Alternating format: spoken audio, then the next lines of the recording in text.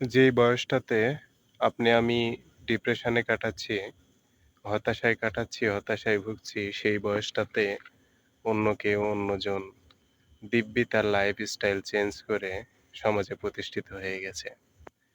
আসলে এটাই বাস্তবতা ভাই। ছোটবেলায় আমরা যখন প্রাইমারিতে পড়তাম, হাই স্কুলে পড়তাম, আমরা যারা ভালো স্টুডেন্ট ছিলাম, এখন বড় হয়ে দেখবেন তার অধিকাংশই নিজেকে এস্টাবলিশ করতে পারে নাই, নিজেকে প্রতিষ্ঠিত করতে পারে নাই সমাজের কাছে।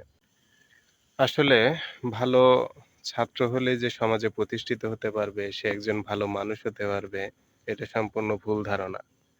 এটা কোনো লজিক্যাল বিষয় না। আসলে আপনার যদি ভাগ্যে বা নসিবে না থাকে, আপনি হাজার চেষ্টা করলেও কিছু পাবেন না। তারপরেও চেষ্টাটা হচ্ছে সবচেয়ে বড় বিষয়।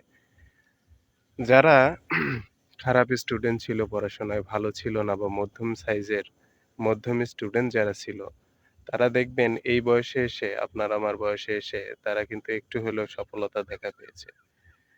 অনেকে অনেক দূর এগিয়ে গেছে কিন্তু আমরা পারি নাই। আজও পর্যন্ত আমরা জীবনে কিছু করতে পারি নাই। এটা সত্যিই আমাদের ব্যর্থতা। জানি না আমাদের কোথায় ভুল রয়েছে কি না রয়েছে। অবশ্যই আমরা তাদের থেকে অনেক নিচু। কারণ আমরা এখনো আমাদের ভুলটা ধরতে পারি নাই। কিন্তু তারা ওই সময়ে তারা ভুলটা ধরতে পেরেছিল যে, হ্যাঁ, পড়াশোনার দ্বারা আমার কিছু হবে না বা পড়াশোনা দিয়ে আমি অনেক দূর এগিয়ে যেতে পারব না। এটা তাদের ধারণা এবং ধারণা ছিল, যার কারণে তারা আজ সমাজে প্রতিষ্ঠিত। অনেকেই পড়াশোনা ছেড়ে দিয়ে বিদেশে পাড়ি দিছে। তারা আজ সমাজে প্রতিষ্ঠিত, অনেক টাকার মালিক। কিন্তু আমরা পড়াশোনার পেছনে থেকে জীবনে কিচ্ছু করতে পারলাম না। জীবনটাতে এগিয়ে নিয়ে যেতে পারলাম না। অথচ তারা খারাপ স্টুডেন্ট, মধ্যম স্টুডেন্ট হয়েও তারা জীবনে অনেক কিছু করে ফেলেছে। এটাই বাস্তবতা, এটাই সমাজের নিয়ম।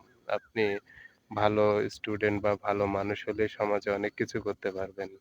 এটা ডাজন্ট ম্যাটার। এটা কখনোই পসিবল না। আপনাকে শুধু ভালো মানুষ, ভালো ব্যক্তিত্ব এটা শুধু আপনাকে জাস্ট সম্মান বয়ে এনে দিবে। কখনো টাকা, সুখ, সমৃদ্ধি এগুলো কিছু বয়ে এনে দিতে পারে না।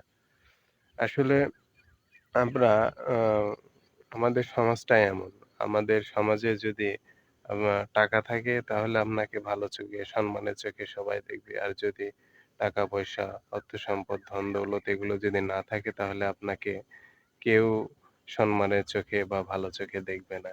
এটাই নিয়ম, এটাই প্রকৃতির বাস্তব নিয়ম। তো আমি যেটা বলতে চেয়েছিলাম যে, মানুষ আসলে কখন কার ভাগ্য কিভাবে পরিবর্তন হবে কেউ বলতে পারবে না।